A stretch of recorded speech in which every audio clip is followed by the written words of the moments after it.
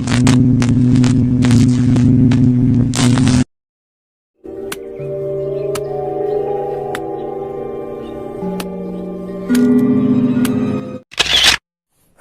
terima kasih sudah klik video ini. Kali ini kita akan masuk dalam sesi review film yang berjudul Suraya. Puan, Cik Suraya. Suraya merupakan film bergenre thriller dari Malaysia berdurasi sekitar 82 menit yang rilis pada tanggal 9 Januari 2020. Film ini bercerita tentang sepasang YouTuber bernama Nabila dan Adam yang baru saja naik daun menyentuh angka 20.000 pengikut.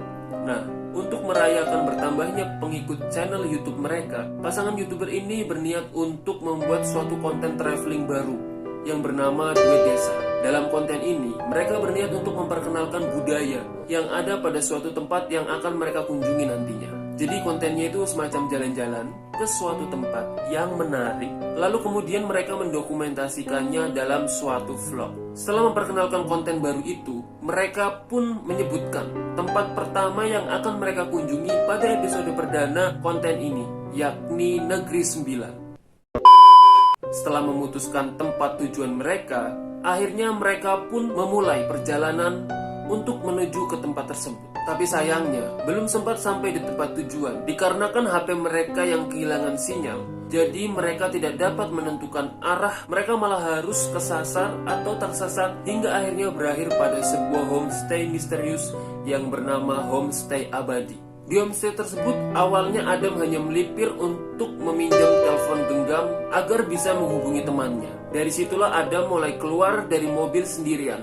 Karena pada saat itu Nabila enggan untuk turun juga, sebab dia merasakan aura menakutkan dari tempat itu. Padahal sih secara view tempat tersebut sangat bagus sekali. Ya maklumlah ya, namanya juga cewek, lebih mengandalkan perasaannya. Setelah masuk ke dalam homestay tersebut, Adam bertemu dengan seorang wanita yang bernama Cik Suraya, sang pemilik homestay yang berparas cantik namun misterius. Teksturnya yang pelan dan anggun, namun tatapannya yang tajam, terasa sangat malu-malu kucing namun berani.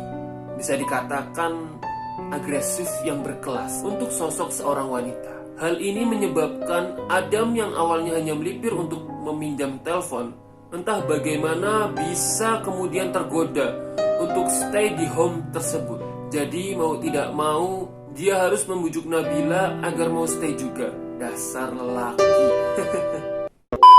Seperti dua mata koin yang berbeda, Adam merasakan kenyamanan dalam tempat tersebut, sedangkan Nabila justru sebaliknya. Bukan karena takut kalah saing dengan Cik Suraya, tetapi lebih kepada Nabila yang merasa banyak kejadian aneh yang dirasakannya. Mulai dari ditawari minum bernama air janda pulang yang katanya merupakan air daerah setempat, kemudian tidak boleh memasuki kamar yang bernama bilik madu. Katanya sih kamar tersebut merupakan kamar kesukaan dari almarhum suami Suraya. Dan kemudian adanya sosok bayangan hitam yang tiba-tiba lewat di belakang jendela kamar dari Nabila. Karena kejadian-kejadian ini, Nabila pun tidak bisa tidur.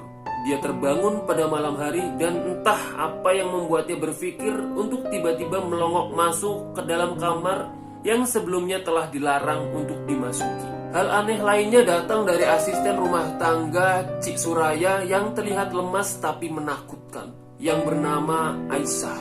Pernah suatu ketika Aisyah ini muncul tiba-tiba sewaktu Nabila nekat melihat kamar terlarang itu.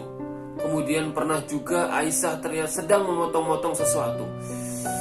Sangat ngeri sekali kalau dibayangkan. Nah, untuk daya tarik sendiri, film ini memiliki beberapa daya tarik. Pertama, kita akan dibuat selalu merasa tidak sabar dan selalu bertanya-tanya, ingin mengetahui apa sih yang sebenarnya terjadi di tempat tersebut. Siapa sih sebenarnya Suraya dan ada apa sih dengan Aisyah? Kedua, daya tarik dari film ini terasa pada tokoh Suraya yang mana sangat misterius, bikin penasaran, makin lama makin agresif dan menggoda. Lelaki mana yang tak terpikat saat jarak cukup dekat dengannya. Teksturnya yang malu-malu kucing, bergerak perlahan tapi pasti, membuat diri tak sabar hati untuk memiliki. Saya pribadi yang menonton film ini deg-degan sendiri. Rasanya gemes aja dengan sosok Suraya ini. Benar saja, hubungan yang lama dibangun bisa rusak karena kecantikannya. Ada beberapa pelajaran yang bisa saya ambil dari film ini. Pertama, tentang pengendalian diri. Jadi seorang laki-laki itu jangan gampang untuk terbawa suasana. Kemudian, tentang kesetiaan. Adanya orang baru yang masuk ke dalam hubungan bisa saja membuat kita berpikir ulang tentang hubungan yang telah lama terjalin. Kalau itu review jujur tanpa pamrih tentang hubungan sih nggak apa-apa. Tapi kalau aspek hasrat yang jadi senjata, lebih baik jangan deh. Pasti endingnya tidak baik.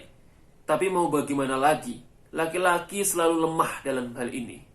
Pelajaran berikutnya yang bisa diambil adalah belajar dari sosok Suraya. Menurut saya pribadi, film ini sangat cocok sekali ditonton untuk laki-laki yang mati rasa terhadap seorang wanita. Karena bisa jadi sosok Suraya ini bisa menjadi salah satu kriteria yang baru dalam menjalin hubungan yang berikutnya. Dengan catatan sosok sebelum jadi mengerikan ya. Namun, film ini juga pas untuk ditonton bagi para wanita atau perempuan.